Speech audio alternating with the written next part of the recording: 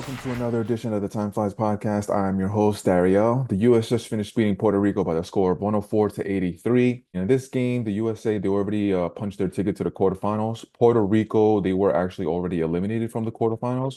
So Puerto Rico didn't really have much to play for. The U.S. didn't really have much to play for. And after the first quarter, this game was pretty much a wrap. After the first quarter, Puerto Rico was actually up 30 to 25, but just like Serbia, just like South Sudan, just like Canada, just like Germany, the last two games that I just mentioned being in the exhibition games, the USA's talent and the USA's depth was just too much for the opposing team. Now, the starting five for this game, we got Steph Curry at the one, we got Devin Booker at the two, we got Tatum at the three, LeBron at the four, and Joel Embiid is back to his starting position as the starting center. And like I said in the previous episode, Steve Kerr looks like he's implementing this platoon system. And as far as the second unit coming in for the starting five, we had Derek White at the one, Anthony Edwards at the two, Kevin Durant at the three, Bam Adebayo at the four, and Anthony Davis at the five. Anthony Edwards ended the game being the leading scorer with 26 points, 11 to 15 from the field, and 3 of 5 from three-point line. As far as the game itself, I was looking forward to it because one, I didn't really know a lot about Puerto Rico's team. I know Jose Alvarado, who plays for the New Orleans Pelicans, was on the team, but I also thought that they were going to have at least maybe two more NBA players on it. But actually, Jose Alvarado was the only NBA player on the roster. And when I looked at the rest of the team that Puerto Rico had, I like their bigs. The bigs were mobile and athletic, and it looked like they would have been able to give Joel Embiid a lot more trouble if they used them a lot more. But for some reason, Puerto Rico's offensive scheme was really centered around the guards and guard play. And what it looks like to be the Steph Curry effect, just everybody's just jacking up threes. After watching the first quarter, seeing how Puerto Rico led 30 to 25, I actually thought the rest of the game was going to be a little bit more competitive. But literally after the first quarter, the game was a wrap. I should note that Drew Holiday, he actually rolled his ankle in the previous game against South Sudan.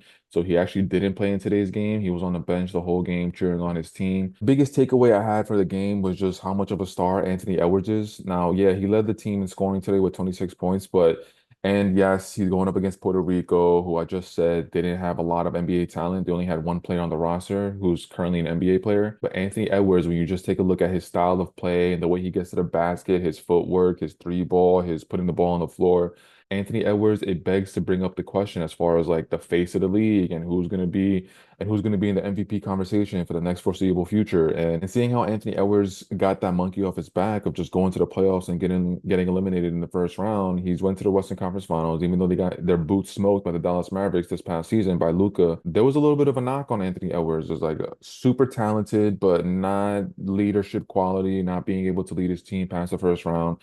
And as of recent, it's been Anthony Edwards' team overtaking Karl Anthony Towns. And like I just said, going to the Western Conference Finals, losing in 5 games, even though, yeah, the way they came out to play against Dallas was a little, I don't know, it was a little questionable if you ask me, but they were able to beat the reigning defending champions in the Denver Nuggets and Jokic. And now Anthony Edwards has all that experience under his belt. So, and on top of that, after every Olympics, there's always that one player that takes a huge leap in the upcoming season.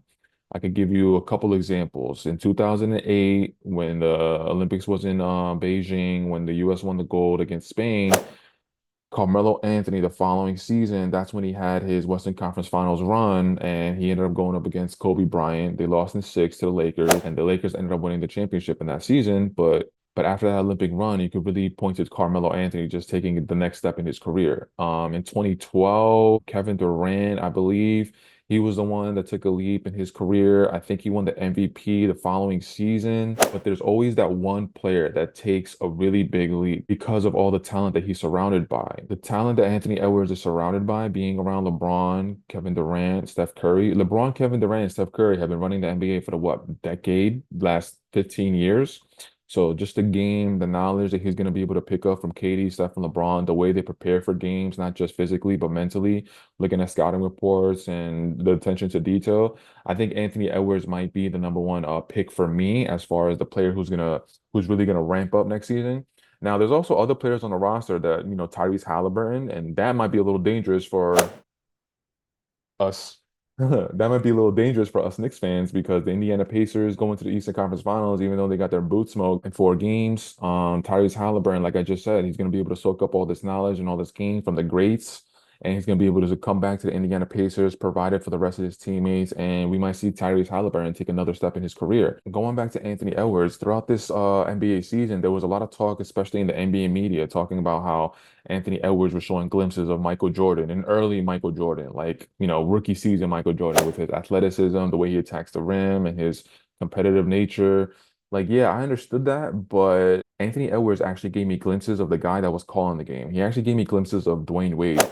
Anthony Edwards, what I notice about him is that when he's isolation, he's at the top of the key or on the wing and he's doing his thing. As soon as he gets by his defender, he likes to use his footwork and get to the Euro step to make it easier just to put the ball in the bucket.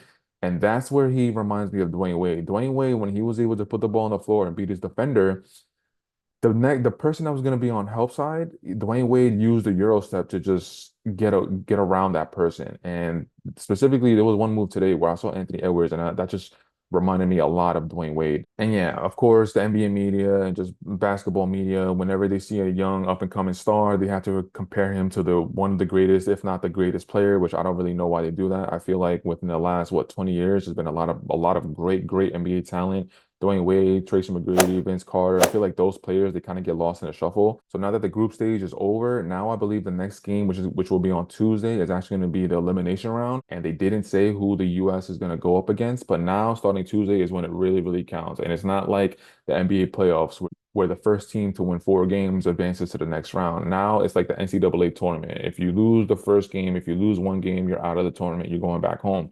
And like I said in previous episodes, like there's something about this team that I'm not 100% comfortable saying that they're going to come home with the gold. I think maybe it's about 85 to 90% chance, which is still incredibly high, that the US is going to come home with the gold. But with the talent that the other countries have, you got Germany with a plethora of NBA players. You got the Wagner brothers. You got Dennis Schroeder, who looks like Dennis Jordan in international play. You got France with Wemby, Batum, Gobert. You got Team Canada, who I believe the entire roster is NBA players, and they have a little bit more chemistry and a little bit more cohesiveness. So all I'm saying is that the US going into the elimination round, like again, one game and you're out. And there could be a game where the US, they're just not hitting the 3-point shots. Steph Curry is human. He might not be hitting his 3-point shots. He can't bail him out. KD might be off. LeBron is really not known as a shooter, even though he has improved his shot drastically since his early stages of his career. All I'm saying is in a one game elimination type format, and my confidence, something about this team not being at an all-time high, I think the US can get got.